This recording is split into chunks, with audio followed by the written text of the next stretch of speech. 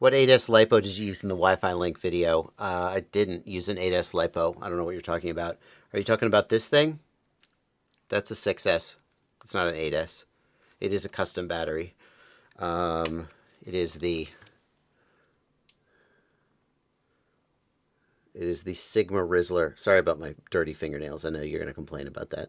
I've been working in the yard this morning. Sigma Rizzler. It is a Amprius SA08 cell.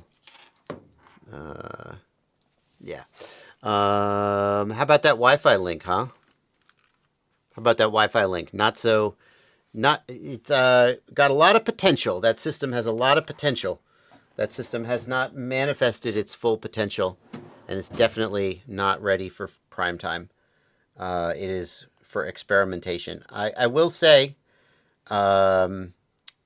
that after extensive communication with the folks on the Telegram channel, because I really didn't want to get in a situation where I tested the equipment and I said, "Oh, it sucks," whatever. It's not good. It's not good enough yet. And then the devs who put so much work into the project felt like I wasn't giving it a fair shake, which is something I've done in the past. And like sometimes I think, well, I'm gonna test this as it is, and I'm gonna, I'm not gonna try and go out of my way to cherry pick and show it at its best. I'm gonna show it how it is, right? And then sometimes the devs of an open source project, who granted put a lot of work in, and they want to see their project shown, doing as good as it can. They're annoyed at me for that. And sometimes I just am like, well, that's not what I'm doing today. I'm not going to do you any favors. I'm just going to show it how it is. That's what I feel like is the right thing to do.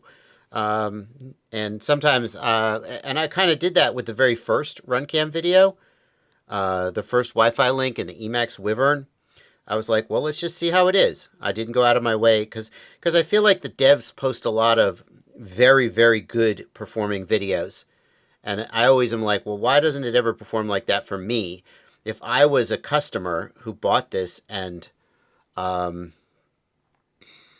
expected to get the kind of performance that I see on guys like Mario's channel, and then I got, what would I get? And it wasn't as good as what people see on Mario's channels. But then the second time I was like, all right. Like, why is this not doing better? And I went to the Telegram channel, and I got some help from many people.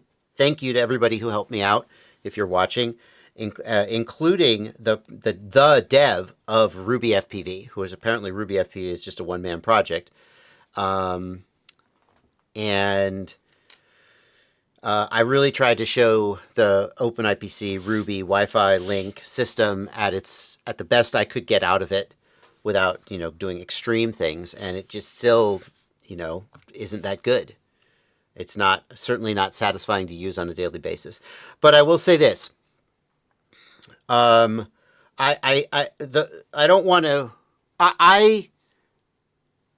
it is the belief of some people whose opinion on such matters carries weight that the bad performance of the Runcam Wi-Fi link is at least in part due to something about the Runcam hardware.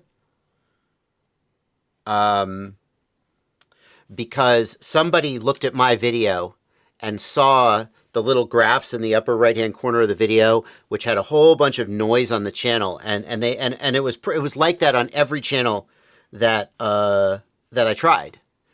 And he was like, if every single channel that you try has that much noise on it, that's probably a problem with the hardware, not a problem with your environment. And I was like, well, what should I do? And he was like, well, you got to build the DIY hardware. It's better. I'm like, oh my God, that's exactly what I'm trying not to do.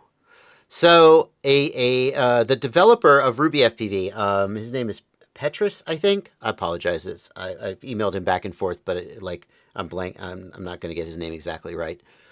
Or maybe I did. The developer of Ruby FPV offered to send me one of his handmade DIY receivers so that I could maybe finally experience, how good it could be.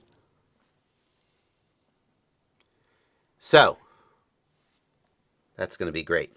I'm looking forward to that and trying it out. Yeah. So that's a little bit of a note about my Wi-Fi link.